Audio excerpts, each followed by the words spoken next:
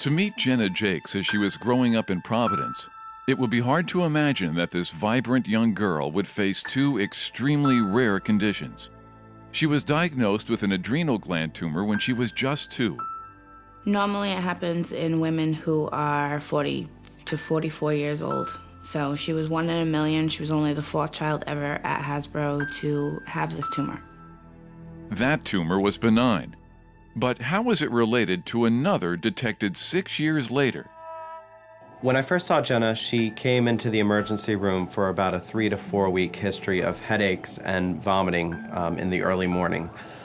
That is often a sign of a problem in the brain, and so we had her go immediately for a CAT scan from the emergency room to check things out. The pathology did confirm that she had anaplastic medulloblastoma, which is a very aggressive tumor that needs further treatment with chemotherapy as well as radiation. Brain tumors in general in pediatrics are extraordinarily rare.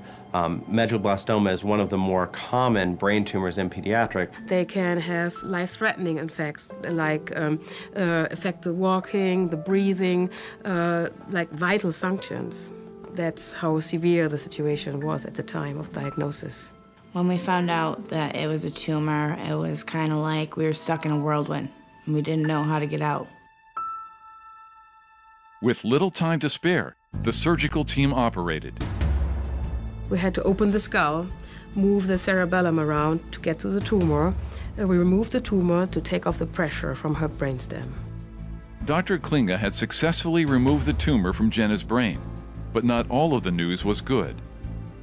Jenna's tumor had spread from her brain down into her spinal cord, and there were some places where the tumor was pushing up against her spinal cord and causing her problems.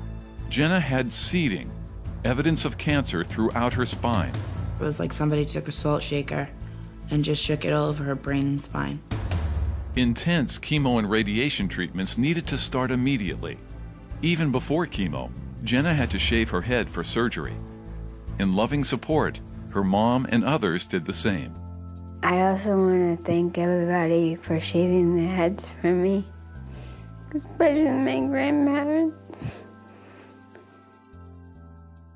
The treatment was tough, but it was worth it. Jenna was cancer-free. I walked down those hallways crying because she had cancer, and I walked down those hallways crying because she didn't have cancer anymore. But the mystery of why Jenna had 2 different tumors was yet to be solved. Genetic testing provided the answer.